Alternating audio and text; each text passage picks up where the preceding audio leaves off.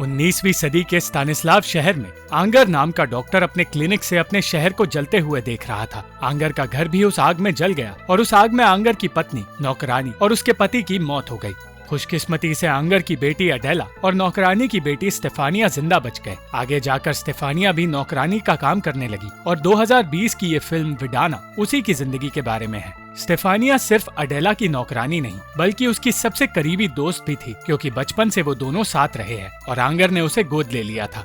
अडेला के पति को ना चाहते हुए भी स्टेफानिया की बातें आज माननी पड़ती हैं, चाहे इसके लिए उसे रईस लोगों के बीच शर्मिंदा ही क्यों ना होना पड़े। एक रात मैजिक शो देखते हुए स्टेफानिया को एहसास हुआ कि जादूगर की असिस्टेंट रो रही है और बीच शो में ही वो बेहोश हो गई और उसकी उसी वक्त मौत हो गई। इतना ही नहीं, उस असिस्टेंट का बेटा भी डरा हुआ था और ये देखकर स्टेफानिया और अडेला दोनों निराश हो गए। अडेला का पति पेत्रो स्टेफानिया को पसंद नहीं करता था और चाहता था कि वो अपना काम सोफिस्टिकेटेड तरीके से करे, पर स्टेफानिया को सिर्फ अडेला और आंगर की परवाह थी, जिसे वो अक्सर अपने सपनों में देखा करती है। अपने आखिरी दिनों में स्टेफानिया को आंगर ने कहा था कि उसे हमेशा अडेला के साथ रहना होगा, चाहे उसे नौकरानी बनकर ही क्यों ना जीना पड़े। और उस वादे को निभाते हुए आज स्टेफानिया खुश रहने की कोशिश कर रही है। वो अपने इमेजिनेशन में खोकर तस्वीरों से बातें किया करती है और बुरी चीजों में भी अच्छाई ढूंढ लेती है। जैसे कि बारिश की वजह से सड़क खराब होने की बात को वो बुरा नहीं मान रही थी, क्योंकि उसका कहना था कि ज्यादा बारिश आने से उनका शहर वेनिस बन सकता है।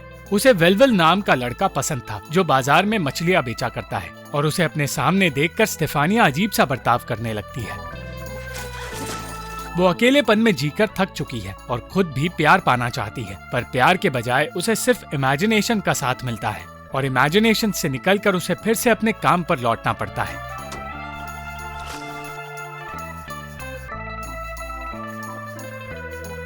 स्टेफानिया चाहे जितना काम कर ले, अडेला के लिए हमेशा कम होता है और एक दिन उसने कह दिया कि उसे पेत्रो की बात मानकर एक नई नौकरानी ढूंढ लेनी चाहिए। इस बात ने स्टेफानिया को परेशान कर दिया और वो बेहतर काम करने की कोशिश करने लगी। पेत्रो के कहने पर वो एक मेहमान के स्वागत की तैयारी करने लगी और वो मेहमान जोसेफ नाम का पादरी था, जिसे स्टेफानिया पहले से जानती है। जोसेफ और उसकी पत्नी के आने से स्टेफानिया परेशान हो गई और उसे उसके आसपास रहकर अजीब सा महसूस होने लगा। अचानक पेत्रो फिर से स्टेफानिया से बुरा बर्ताव करने लगा और गुस्से में स्टेफानिया ने मछलियों को खिड़की से बाहर फेंक दिया। स्टेफानिया उस वक्त को याद करने लगी जब जोसेफ आंगर का स्टूडेंट हुआ करता था। जोसेफ स्टेफानिया के करीब आने की कोशिश करता था और उस वक्त को याद करके आज स्टेफानिया हंसने लगी। उस रात स्टेफानिया ने पेत्रो और अडेला को बहस करते सुना और देर रात अडेला रोते हुए उसके कमरे में भी आ गई। वो बहस असल में स्टेफानिया को नौकरी से निकालने के लिए हो रही थी और अगले ही दिन स्टेफानिया को अपनी नौकरी और उस घर को छोड़कर जाना पड़ रहा था। मगर जैसे ही वो वहाँ से निकलने लगी, पेत्रो ने उसे रोक लिया और कहा कि वो उसे घर से नहीं निकालना चाहता। उस दिन खाने का कुछ सामान लेकर वो चैपल की ओर जाने लगी, पर वो चैपल एक जेल के अंदर था, इसलिए उसे अंदर जाने नहीं दिया गया। उसने पुलिस को बताया कि जोसेफ ने उसे वहाँ बुलाया था, पर स्टेफानिया से बदतमीजी करके पुलिस वालों ने वो सब कुछ खा लिया जो जोसेफ के लिए था। जब स्टेफानिया ने इस नाइंसाफी के खिलाफ आवाज उठाई तो उसे और बेइज्जती सहनी पड़ी, मगर सही वक्त पर जोसेफ ने उसे बचा लिया। जोसेफ से बातें करते हुए स्टेफानिया ने बताया कि डॉक्टर आंगर ने उसे एक बेटी की तरह रखा था, पर अडेला उससे जलने लगी। वो उसे सजा दिलाने का कोई मौका नहीं छोड़ती थी, क्योंकि वो चाहती थी कि उसके पिता सिर्फ उसे प्यार दे।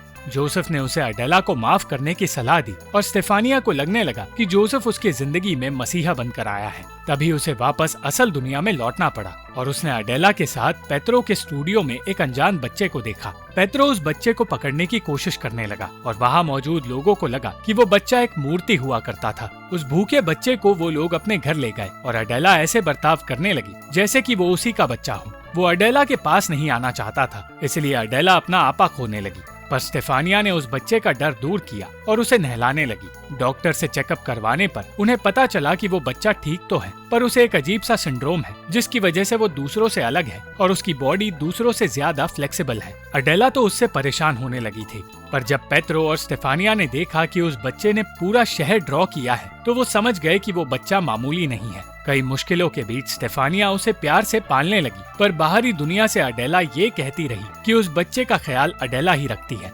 अडेला की ये हरकतें स्टेफानिया को बुरी लग रही थी और वो अपने दिल की ये बातें जोसेफ को बताने लगी। जोसेफ ने कहा कि अगर दो पेड़ एक ही जगह उगने लगे तो वो एक दूसरे से उनकी ऊंचाई छीन लेते हैं, इसलिए स्टेफानिया के लिए अडेला का साथ छोड़ना ही सही होगा। जोसेफ की बातें स्टेफानिया को वो खुशी देने लगी जिसकी उसे जरूरत थी, और इस खुशी के साथ वो एक रात शहर के मेले में गई। मेले में वो बच्चा स्टेफानिया के हाथों से निकल गया और उसे स्टेफानिया तक पहुंचाने का काम वेलवेल ने किया। उसी वक्त पेत्रो ने उस बच्चे को फीलिक्स नाम दिया, पर नाम मिलने के बावजूद फीलिक्स की शैतानी खत्म नहीं हुई।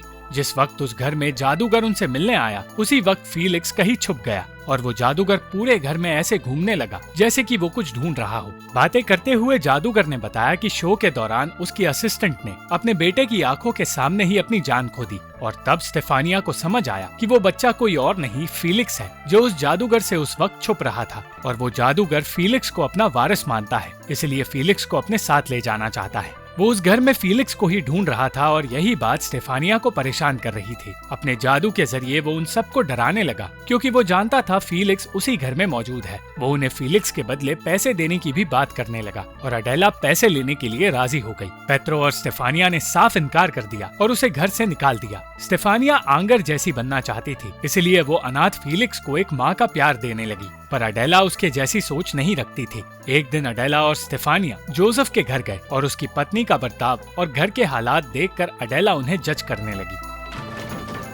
स्टेफानिया को अडेला को तकलीफ में देखकर अच्छा लग रहा था, पर अचानक जोसेफ की पत्नी ये कहकर रोने लगी कि उसे अकेलेपन में जीना पड़ता है और सिर्फ अडेला और स्टेफानिया उसकी दोस्त है। अडेला और स्टेफानिया ने उसे बेहतर महसूस कराया और स्टेफानिया घर की साफ सफाई करने लगी। काम करते हुए उसे जोसेफ की एक तस्वीर मिली और तब उसे वो वक्त याद आया जब अडेला ने जोसेफ को उससे छीन लिया था।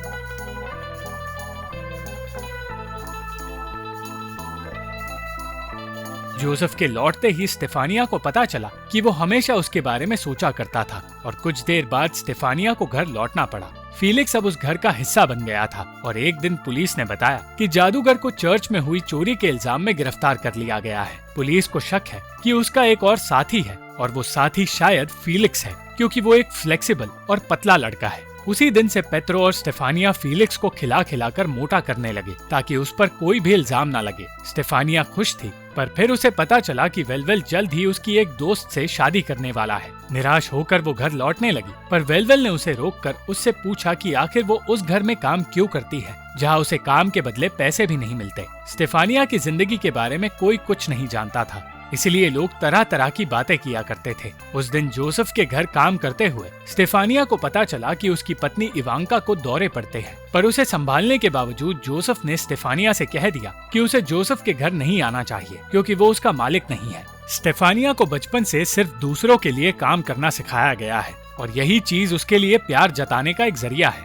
इसलिए स्टेफानिया जोसेफ के घर काम करना बंद नहीं करना चाहती थी। जल्द ही पुलिस वाले फीलिक्स को गिरफ्तार करने पेत्रो के घर आए, क्योंकि वो जादूगर का मशहूर इलास्टिक बॉय था, पर उनके हाथ सिर्फ निराशा लगी, क्योंकि फीलिक्स अब मोटा हो चुका था और उसका एक चोर होना अब नामुमकिन था। सब कुछ फिर से ठीक हो गया और अडेला ने भी फीलिक्स को अपना लिया, पर फीलिक्स फिर से शैतानियां करने लगा और उसे बचाने की कोशिश करते हुए स्टेफानिया को पता चला कि जोसेफ और अडेला का एक दूसरे के साथ अफेयर चल रहा है। उस दिन अचानक वेलवेल ने स्टेफानिया से कहा कि वो उससे शादी करके दूसरे देश जाना चाहता है, जहाँ वो दोनों साथ मिलकर काम भी कर सकते हैं। पर स्टेफानिया ने कह दिया कि वो कभी वेलवेल से मिलना तक नहीं चाहती, क्योंकि वो सिर्फ अडेला के इस अफेयर के बारे में सोच रही थी। कुछ दिन बाद पेत्रो ने एक पार्टी रखी, जहाँ उसने सबके सामने फीलिक्स को ऑफिशियली गोद ले लिया। हर कोई अडेला की तारीफ करने लगा, क्योंकि उसके पिता ने भी एक अनाथ को गोद लेकर उसे एक अच्छी नौकरानी बनाया। पर ये बात स्टेफानिया को अच्छी नहीं लगी। वो पेत्रो को अडेला का सच बताना चाहती थी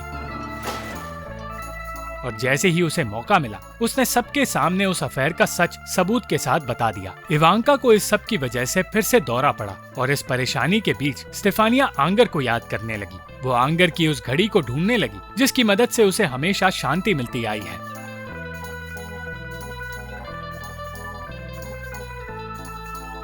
और तब उसे अडेला की डायरी मिली, जिसमें उसने स्टेफानिया के बारे में बुरा भला लिखा था। उसे ये भी पता चला कि आंगर उसे मौत से पहले एक चर्च में भेजना चाहता था, ताकि अडेला और स्टेफानिया एक दूसरे से नफरत ना कर बैठे। मगर आंगर की वो चिट्ठी कभी चर्च तक पहुंची ही नहीं। वो चिट्ठी पढ़कर स्टेफानिया अब हर किसी से नफरत करने लगी।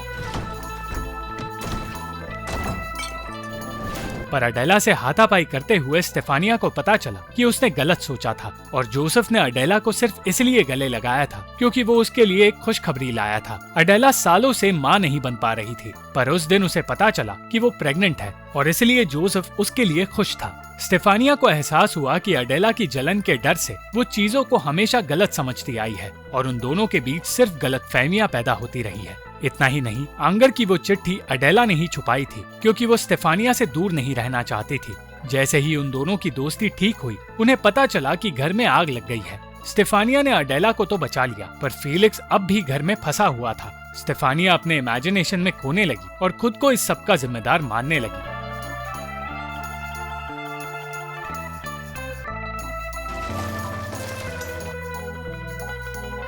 पर तभी फेलिक्स ने उसकी ओर वो घड़ी फेंकी जिसकी मदद से वो शांत हो पाई और अंत में उसे और अडेला को बचा लिया गया, जिसके बाद अडेला ने अपने परिवार के साथ एक नई शुरुआत की और स्टेफानिया ने भी आजादी चुनकर वेलवेल के साथ न्यूयॉर्क जाने का फैसला किया। Thank you for watching this video. अगर आपको ये वीडियो पसंद आई तो इस वीडियो को लाइक, शेयर और इस वीडियो पर कॉमेंट जरूर करें और इस चैनल को सब्सक्राइब करना मत भूलना।